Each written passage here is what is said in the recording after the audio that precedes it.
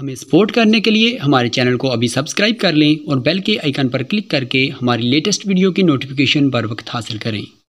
میرے شکر کے سجدے طویل ہو گئے، یوسفزئی پٹھان فیملی میں میرے رشتہ جوڑا، اور یوں میرا بروز جمعہ 12 جون 2009 عیسوی کو جمشید خان سے نکاح مبارک ہوا۔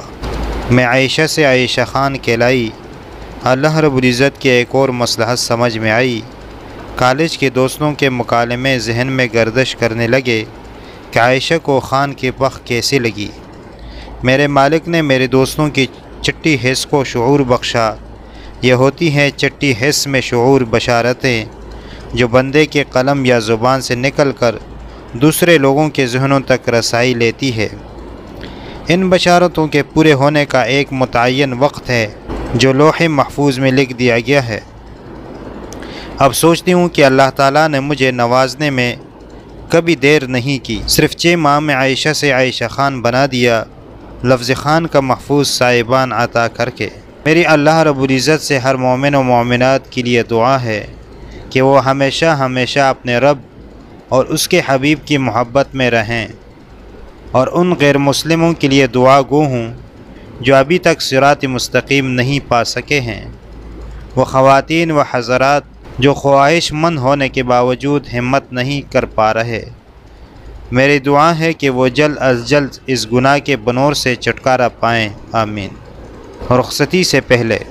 رخصتی سے 2 دن پہلے بھی ایک آزمائش کی گھڑی آئی والدین کی طرف سے۔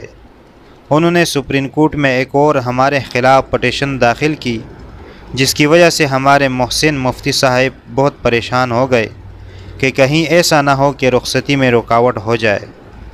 لیکن اللہ رب العزت کو ہمارا یہ بھی اکرام منظور تھا، کیونکہ سپریم کورٹ نے ڈی پی او میرپور خاص منیر احمد شیخ سے رپورٹ طلب کی، جنہوں نے مدرسے سے سارے ہائی کورٹ کے کیسوں کے کاغذات منگوا کر رپورٹ بنا کر بھجوا دی۔ یہ مناسب ہوگا کہ میں دین کے اس محافظ منیر احمد شیخ کے دیندارانہ خصلت کی تعریف کروں کہ انہوں نے نہایت دیانتداری سے ہمارے رپورٹ بنا کر سپریم کورٹ بھیجی، ہمیں اور مفتی صاحب کو ان فقرات سے آزاد کیا۔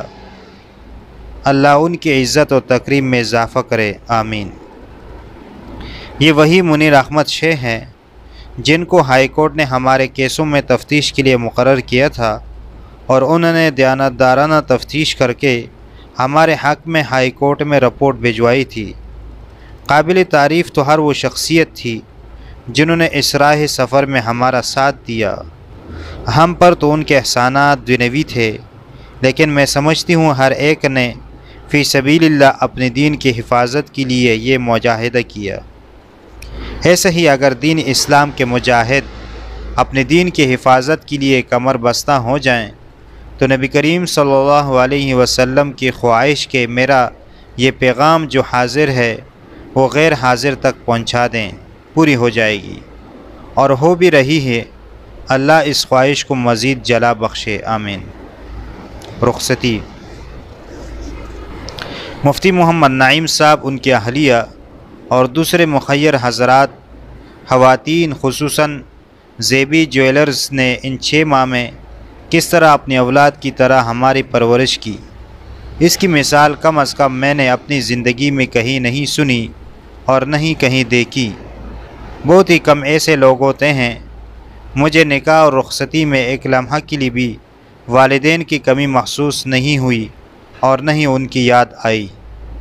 یہ میرے زندگی کے بڑے عجیب لمحے تھے کہ ہر لمحہ والدین کو یاد کرنے والی کو ان لمحوں میں اتنا پیار، اپنائیت اور محبت ملی کہ والدین کی یاد تک نہ آنے دی۔ شاید میری پیاسی روح کو دین کے کوثر نے سیراب کر دیا تھا۔ مفتی صاحب اور مدرسے سے تعلق رکھنے والے دین کے یہ کوثر اللہ رب العزت کے معجزانہ اکرام کہ مجھے واپس اس دیس میں بھیج دیا جہاں کے لیے میں 6 ماہ تڑپتی رہی تھی۔ ان سب نے مل کر میرے اللہ اور اس کے حبیب پر کامل یقین کو جلا بخشی۔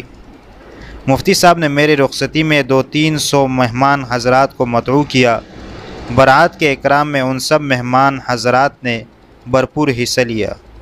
ہر کسی کی زبان پر یہی الفاظ تھے کہ آج مفتی صاحب کے دختر کی رخصتی ہے۔ پرتکلف دعوت ہدیہ برات کا پرجوش استقبال و اکرام نے منظر جذباتی بنا دیا، اور تشکر و فخر سے آنسو تمتے نہ تھے، زبان گنگ ایک لفظ بھی ادا نہ کر پا رہی تھی۔ ہمارے محسن وکیل صاحب جناب جسٹس ریٹائرڈ مشتاق احمد میمن صاحب نے اپنی اہلیہ اور صاحبزادے بیرسٹر اشتیاق احمد میمن کے ہمراہ میری رخصتی میں بھرپور خاص شرکت فرما کر ہماری عزت افزائی کی۔